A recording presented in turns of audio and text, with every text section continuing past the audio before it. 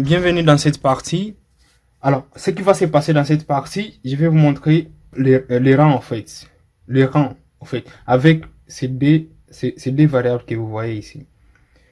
Quand vous voyez une variable qui est déclarée comme ça, uint ou bien int 256, et il faut savoir une chose que c'est uint a comme rang 256. Par défaut, c'est comme ça. Ça aussi, c'est comme ça, par défaut. Mais si vous êtes dans le rang de uint qui n'est pas 256, par exemple 8, vous devez définir comme ça 8.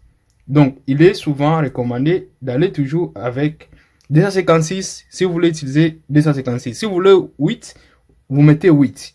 Ce n'est pas bien de laisser ça comme ça sans préciser que ça c'est uint 256. Et je vais vous montrer pourquoi. Si on fait d exposant 8, si on fait d exposant 8, nous allons trouver 256. Maintenant, regardez. Si ici j'ai uint 8, si je prends x égale à 256, vous allez voir que ça sera une erreur. Vous voyez, il y a une erreur parce que je suis au-delà de mon rang que ma variable peut prendre. Si je fais uint égale 255, vous allez voir que ça va marcher parce que c'est souvent d exposant 8, disons d exposant 8. Si j'ai 16 ici, je vais faire d exposant 16 pour avoir les rangs qui peut, disons les nombres, pour avoir les rangs en fait, pour savoir quel nombre que je peux utiliser dans cette variable qui a comme uint comme valeur. Uint 8, uint 256. Si tu fais d exposant 8 au moins d, parce que ça va éliminer les premiers zéros, le premier élément et le dernier élément. Ça commence par 0, disons 1, 2, 3, 4, 5, 6, jusqu'à 255. Là, ça vous donne au total 256. Vous voyez, c'est comme ça. Maintenant, ici, si je mets 256, vous allez voir qu'il n'y aura aucun problème. 256, dans ces rangs ici, il n'y aura aucun problème.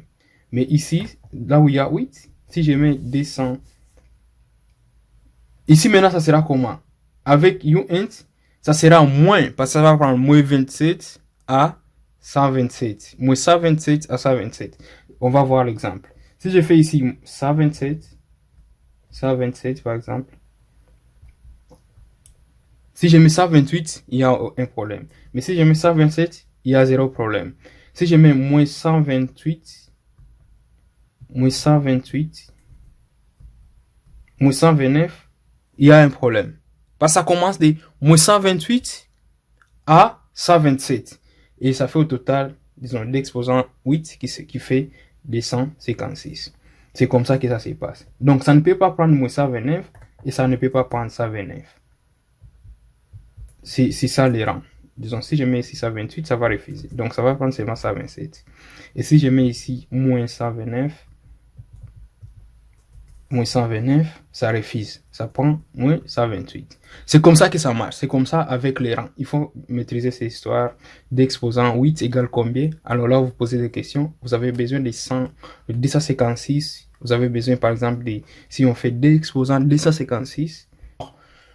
C'est ce que vous serez en train de faire. Il faut comprendre tout ça parce qu'il y a des contrats que vous allez rencontrer avec des int 8, uint 8, uint 16, int 16, uint. Mais la plupart utilisent, ça dépend de vos besoins. C'est comme ça que ça marche.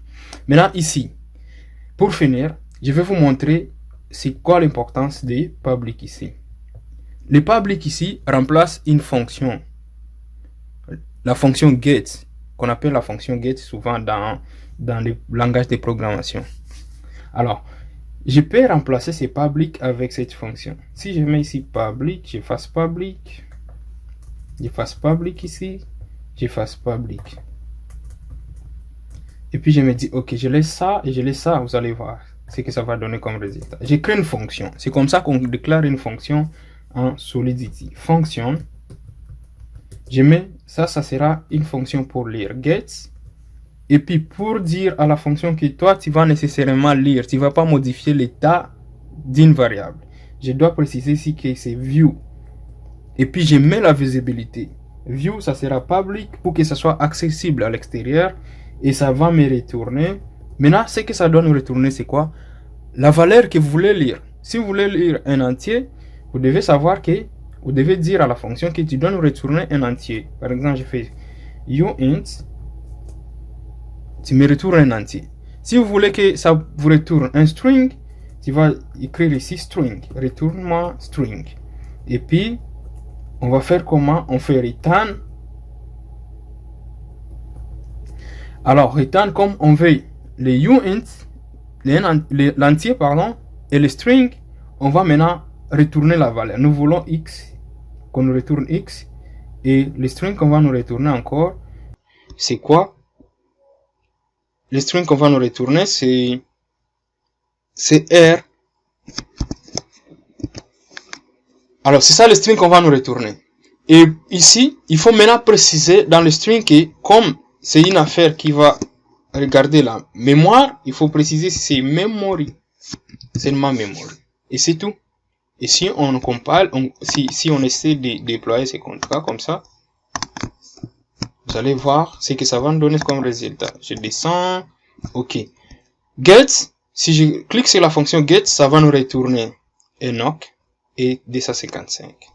Get, ça nous retourne Enoch et 255 comme valeur. Vous voyez? C'est comme ça. Et les autres là vont fonctionner comme d'habitude. Mais nous avons vu cette fonction que ça nous aide à lire. C'est comme on a mis public là-bas et aussi dans l'autre string on a mis public. Vous voyez? On peut dire bon que cette fonction remplace public dans une variable ou bien la visibilité public remplace la fonction get dans une variable. Merci beaucoup et on se voit dans la suite. Merci.